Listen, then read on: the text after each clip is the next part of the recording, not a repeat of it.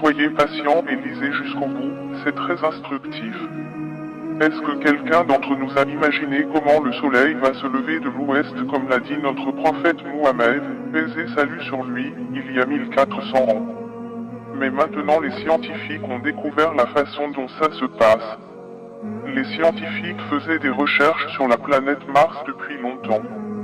Mars, cette planète qui tourne dans la même direction de la Terre, a commencé à tourner dans la direction opposée.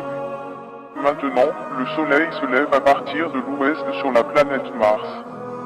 Ce phénomène est appelé mouvement de rétrograde. Et cela arrive à toutes les planètes, et étonnamment, la Terre est la prochaine sur la liste.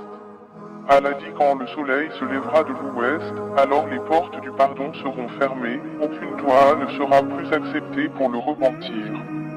Ce n'est pas trop loin pour que cela se produise, ne perdons pas de temps sur les films, la musique, les fêtes, etc. Passons plus de temps à lire et à apprendre le Coran et les hadiths, prions au moins 5 fois par jour et enseignons à nos enfants tout sur l'islam. Ces actes ne nous bénéficieront que dans notre tombe. L'islam est une belle religion et Allah nous l'a rendu si facile par les bases de notre bien-aimé prophète Mohammed, paix et salut sur lui.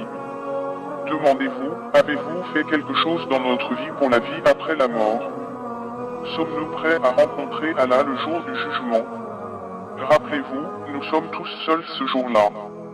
Vous êtes-vous déjà demandé ce qui serait arrivé si nous avons traité le Coran comme nous traitons notre téléphone portable? Que faire si nous pouvons le porter avec nous partout où nous allons, dans nos sacs et dans nos poches? Et si on regardait les pages plusieurs fois par jour?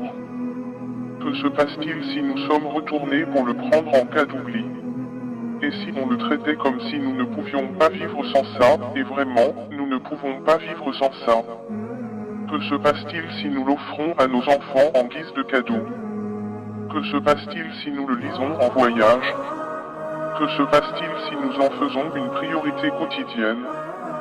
Laissez notre logo être « Le Coran est mon meilleur ami ». Seulement 7% transféreront ce message.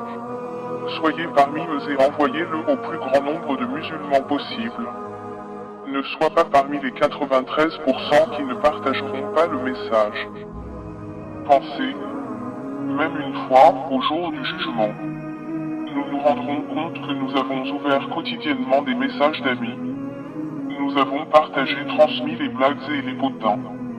Mais combien de fois ouvrons-nous le Coran et lisons-nous les messages envoyés par Allah le Seigneur?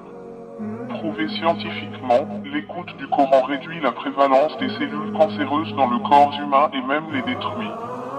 Le prolongement de la prostration renforce la mémoire et empêche l'accident vasculaire cérébral. Satan a déclaré « Je me demande comment les humains prétendent aimer Allah et le désobéir, et prétendent qu'ils lui haïssent encore qu'ils m'obéissent. » Prends 60 secondes pour profiter à vos proches, transmettez-le comme un rappel.